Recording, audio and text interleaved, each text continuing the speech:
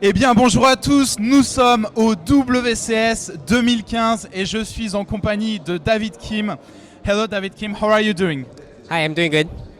Ok, donc je suis très content d'être avec David Kim. On est devant les WCS et on va pouvoir poser quelques questions sur la balance à David Kim.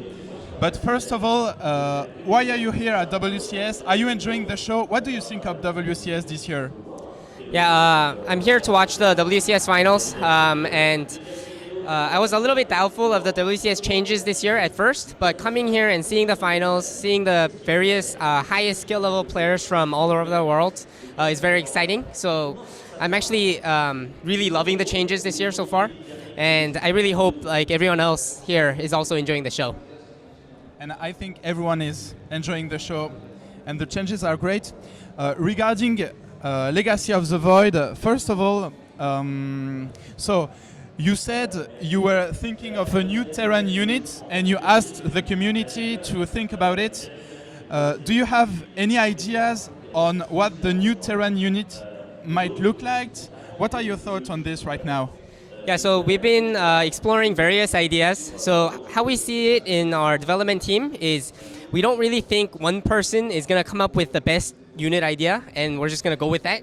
It's more like the process is people give a bunch of ideas and then other designers come up with more ideas based on these ideas. So the initial idea that we started off with usually turns out very different. But with that said, we looked at a lot of ideas from our forums, internally and externally, and where we're at right now is we have a unit.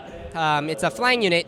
It moves really fast, has an air-to-air attack only, and it's got a really fast rate of fire, but low damage. So it's strong against masses of things like Mutalisks, Vikings, or Phoenix.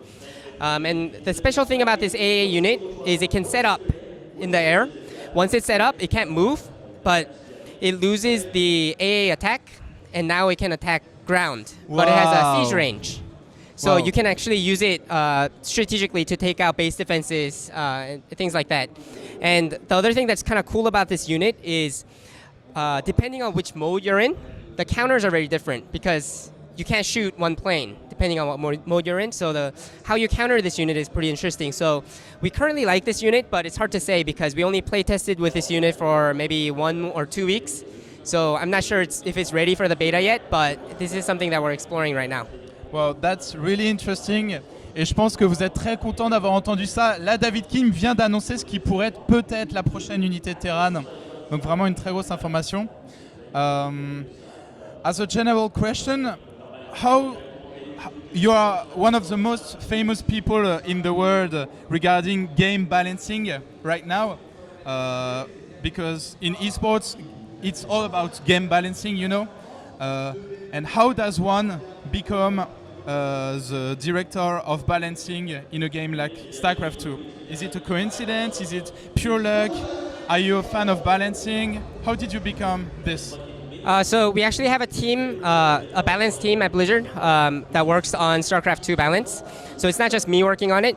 And for every person, it's actually a different path that they took. So for example, for me, I was always into balance even before I joined Blizzard.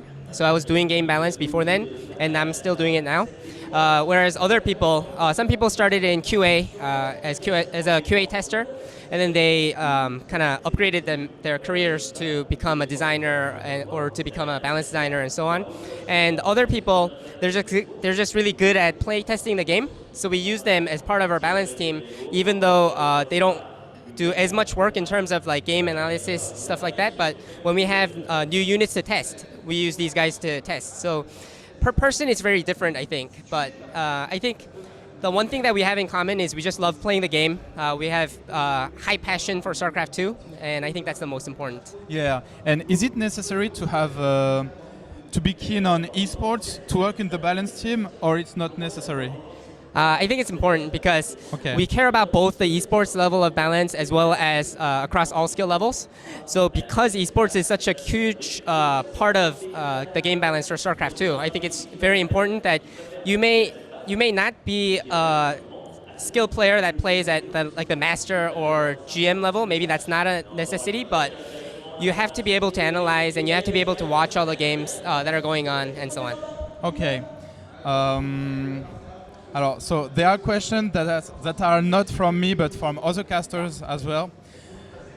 They are asking, should Air Army remain the ultimate late game composition in StarCraft 2? What are your views on this? For the air Air massive armies air armies? Okay. for Terran, Zerg, and Protoss. So one thing that we like about, one thing that we dislike about area armies is that they can clump very heavily. So for the viewers, it's kind of difficult sometimes to see what's going on. Okay. So what we want to do is, while we want to promote area armies to be viable, we also want counters in play to counteract those massive armies, so that the game constantly switches from ground to air and then vice versa. And that's one of the reasons why we added the new spell on the Viper. The Viper has a very strong AoE spell against massive air. So if the opponent only has like 3 or 4 air units, it's not very strong. But when the opponent has 20 or 30 or more air units, this spell is very powerful, which means they're really forces the other player to switch back to the ground army potentially. Yeah. And we want that kind of constantly switching dynamic more so. Okay, and because you said you don't like when units are a lot clumped up as Air Army, why don't you use the mechanics of StarCraft 2 and force them to clump out of themselves? Yeah, so some units we do, more so than others. Okay. So like Mutalisks, I guess, clump much better than most other units, because we wanted that kind of hit and run type of micro to be more viable. So I think it really depends on a case by case. Yeah. Changing the economics of Legacy of the Void was a great idea. That is changing the amount of minerals per base and changing the number of workers. How did you come up with this idea? So I'm not really sure who came up with this idea, because all the ideas that we go through, so many people give suggestions, and internally and externally. And but what we did focus on was we wanted a change where players are forced to expand more and more, so that not only does it create more action because the opposing player can have more avenues to attack from, but also the defending player can really shine if he's actually defending 4 or 5 different places compared to just the 1 or 2 that you see in Heart of the Swarm. We thought this direction was actually a pretty good direction in terms of getting that type of gameplay. So we decided on this for now. Okay, it was a great idea. Do you think Archon Mod can be competitive? I think so, because StarCraft 2 is such a difficult game to master, and even like the best players in the world, you see them making mistakes sometimes game to game. So if you have 2 people, even of the highest skill level, I think there is some degree of really super high level competition to it. But on top of that, I think what's cool about Archon Mode is it can be also used as a teaching tool. So if you have a friend that's new to StarCraft, you can kind of coach him through Archon Mode. Yeah. So I think it caters to both new users and existing really hardcore and competitive users too. So I think that's why it's such a good feature. Yeah, but what would be great in a competitive Archon Mode would be if we could be able to identify which player is using what units or what building at the moment, like with a color or something. Are you working on this, or? Yeah, this is something that's under discussion, and we don't have anything in the beta currently. But a few things that we're talking about are, we're hearing the community's popular suggestion of maybe showing the production tab. We're not really sure if that's a good way to go, but this is something that we'll discuss. And internally, what we're thinking are a couple things. First is, we wonder what would happen if we show on your minimap where your ally is looking. So maybe you are represented by like a blue box, and I'm represented by a red box. So on your screen, you can see a red box on the minimap to see where I'm looking. And then the second thing that we're exploring is, we wonder if we can have a forced way of control grouping units. So say you have our whole army control grouped in one, and I want to go harass with an oracle.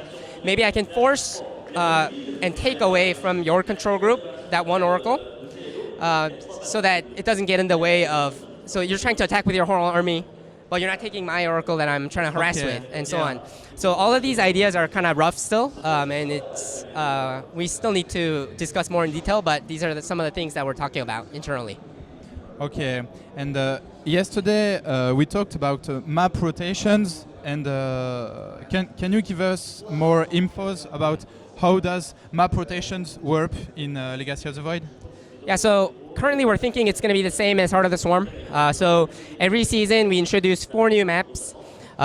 So we have 7 maps in the pool, 4 of them being new. So we take out 4 maps, but of those 4 maps, the 3 maps that are old are actually taken out first. So we do this so that each map is only used in play for a maximum of 2 seasons. Obviously, there are some exceptions sometimes, and that's our current plan for Legacy of the Void as well. Okay, so we saw you decided to remove the Herc. I mean, it was a really interesting unit. Was there really no way to keep it inside the game?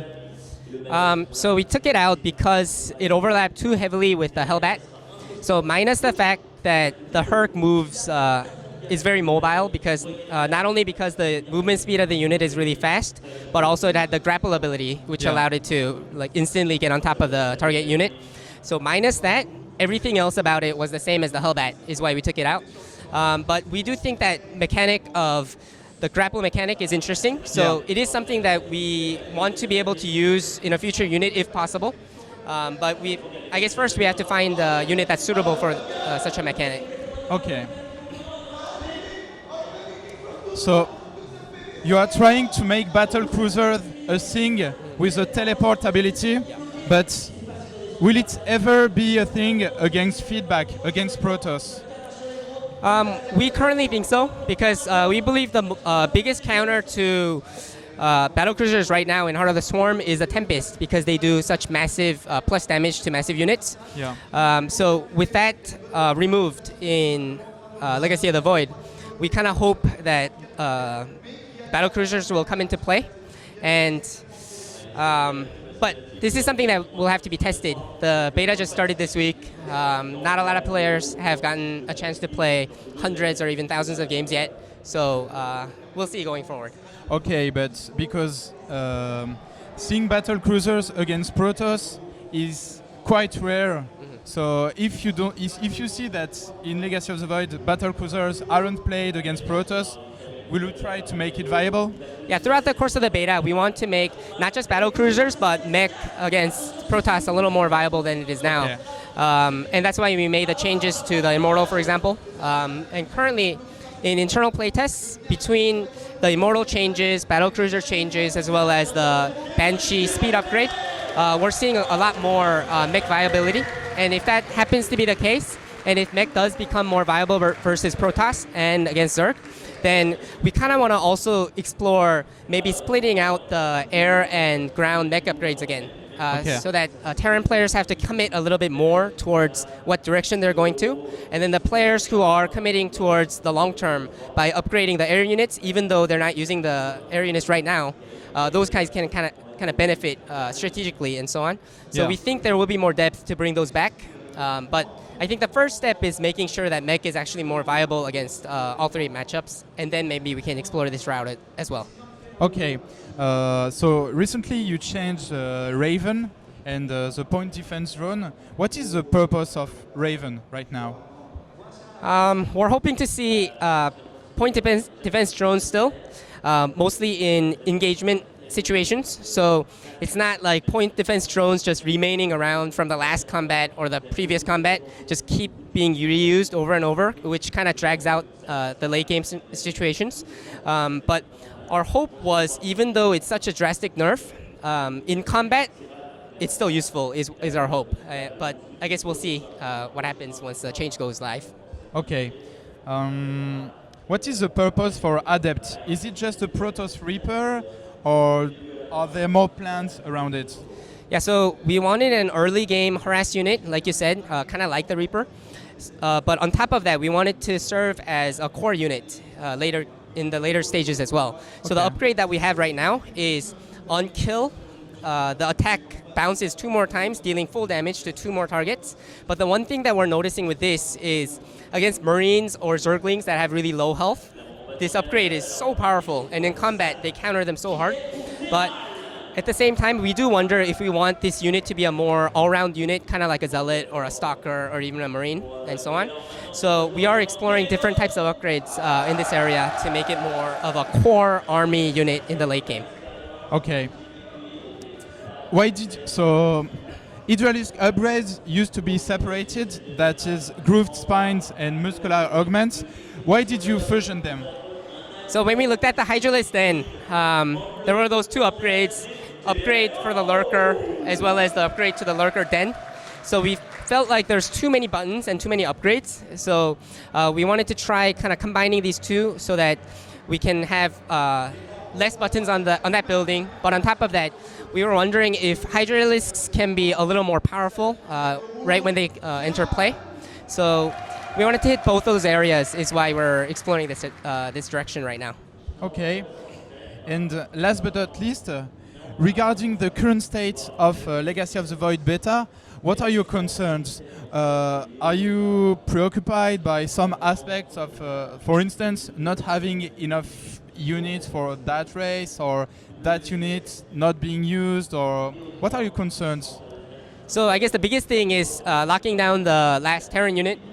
That's our biggest focus right now. Okay. And on top of that, we want to really verify that every change that we did was actually a good one, because we've only really been testing internally so far. So now that it's in beta, we can actually really drill down to the details and figure out which changes worked, which changes need more work, and so on. So yeah, I think those are our main focuses so far.